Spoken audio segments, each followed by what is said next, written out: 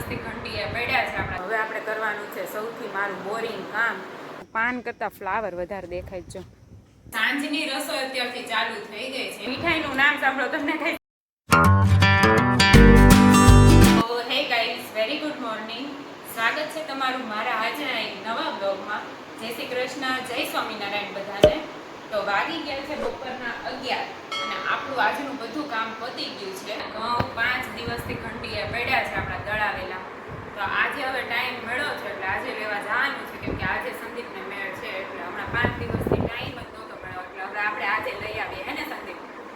તો જો આજે તડકો મસ્ત છે. હમણાં 4 દિવસથી વરસાદ એકદમ ગાયબ થઈ ગયો છે. અને જો આપણે જે તુલસી રોપ્યા હતા ને એ ચોંટી ગયા છે. લગભગ બધા જ છોડ ચોંટી ગયા છે એટલે વાંધો નહીં આવે, થઈ તો જશે જ.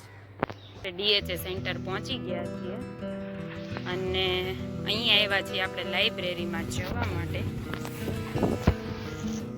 આમાં તો પાન કરતા ફ્લાવર વધારે દેખાય છે. કેટલા ફૂલ છે. આ એની મેન એન્ટ્રી છે DH. અહીંયા આપણી લાઈનમાં કેટલા ફ્લાવર છે. તો જો આપણે ગેટે પહોંચી ગયા છીએ અને અહીંયા જો સાફ સફાઈ વાળા સાફ સફાઈ કરે છે અને આપણે અંદર જઈએ. હવે તો અંદર પહોંચ્યા તો આપણી પહેલાં સંદીપ આવીને બેસી ગયા છે ચેર પર. અને અહીંયા છે લાઇબ્રેરી સિવાય જીમ, સ્વિમિંગ ને ઇન્ડોર ઘણી બધી એક્ટિવિટી છે. અને આપણી લાઇબ્રેરી છે ઉપરના ફ્લોર ઉપર. તો લાઇબ્રેરીની અંદર હવે જઈએ ચાલો. તો જો અહીંયા મોસ્ટલી છે ને સિનિયર સિટીઝન્સ ને સ્ટુડન્ટ વધારે આવે અને બધી જ લેંગ્વેજની બુક્સ લગભગ અહીંયા મળી રહી છે. પણ મારે ગુજરાતીમાં લેવાની હતી એટલે ગુજરાતી સેલ્ફમાં જઈએ અને ઘર કરતાં અહીંયા વાંચવાની બહુ મજા આવે. અને હું દર વખતે એવું કરું કે 3-4 બુક્સ લઉં અહીંયાથી અને ત્યાં બેસીને વાંચી જાઉં. એમાંથી મને જે બુક ગમે ને એ જ હું ઘરે લઈ જાઉં. અમે લાઇબ્રેરીમાંથી આપણે નીકળી ગયા છીએ અને હવે ઘંટીએ જઈ આવીએ અને આપણા ઘઉં લઈ લઈએ દળેલા. ઘઉં દળાઈને આવી ગયા છે ને હવે આપણે કરવાનું છે સૌથી મારું બોરિંગ કામ, જે મને કરવું જરાય ન ગમે.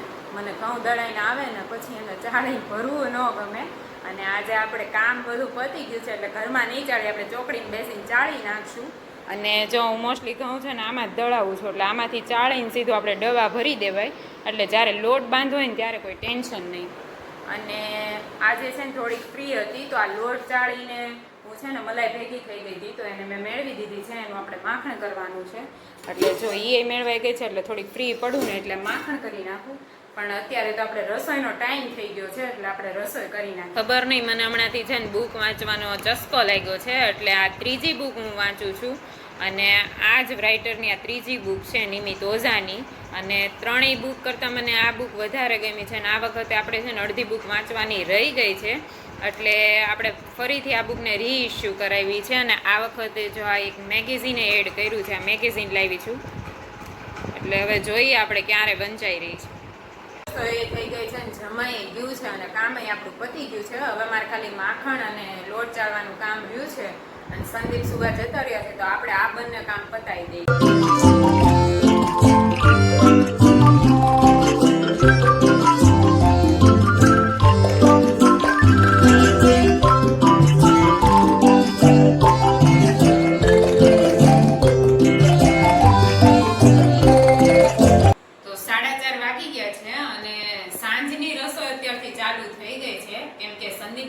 જવાનું છે વહેલા 5:30 એને જતું રહેવાનું છે અને સવારમાં છે એક આવશે 12 કલાકની શિફ્ટ છે એટલે આપણે સાંજે આજે વહેલી રસોઈ કરીને વહેલા જમી લેશું. હું સાથે સાથે જમી જ લઈશ એટલે આજે આપણે વહેલા ફ્રી થઈ જશું. શું બનાવ્યું છે જમવાનું? સાંજની રસોઈમાં જો બન્યું છે ગાંઠિયાનું શાક, બીજું અને રોટલી સિમ્પલ.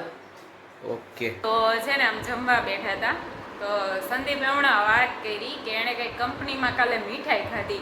હવે તમે મીઠાઈનું નામ સાંભળો તમને કઈ સમજાય છે? કયું હતું મીઠાઈનું નામ? પુત્ર ફૂલું. એટલે પુત્ર ફૂલું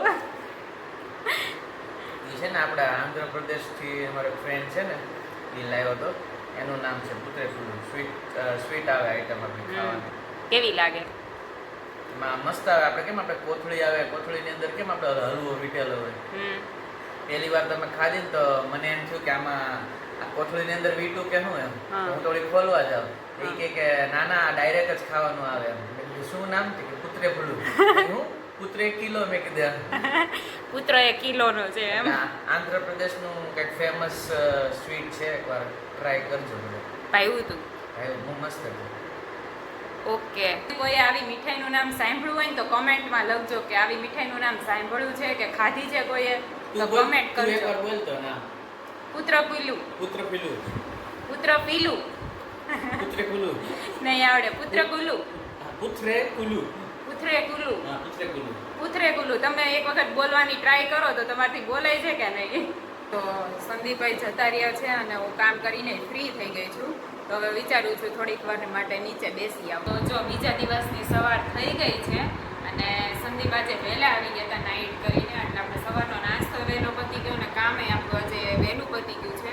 તો આ બ્લોગનો સુવિચાર મારે તમને લોકોને કહેવાનો બાકી છે. તો એ સુવિચાર કંઈક એવો છે કે એક સારો વિચાર છે ને તમારો આખો દિવસ બદલી શકે. એટલે કે તમે સવારે એક સારો પોઝિટિવ વિચાર કરો તો તમારું કામ, તમારો મૂડ, તમારો આત્મવિશ્વાસી બધું વિચાર બદલી નાખે. અને એક નેગેટિવ વિચાર તમને બધી રીતે આખો દિવસ આપણને નેગેટિવ જ વિચાર આવ્યા કરે એવું થાય. એટલે સવારે ઉઠીને એક સારો વિચાર કરવો બહુ જરૂરી છે. તો તમને આ સુવિચાર કેવો લાગ્યો નીચે મને કમેન્ટમાં લખીને બતાવો. આ વિડીયોમાં આટલું જ. અને તમને મારા બ્લોગ જો જોવા ગમતા હોય તો મારી ચેનલને સબસ્ક્રાઇબ, લાઈક અને શેર કરવાનું ના ભૂલતા. તો મળીએ ત્યાર પછી આપણે કાલે નવા બ્લોગમાં. ત્યાં સુધી બાય બાય.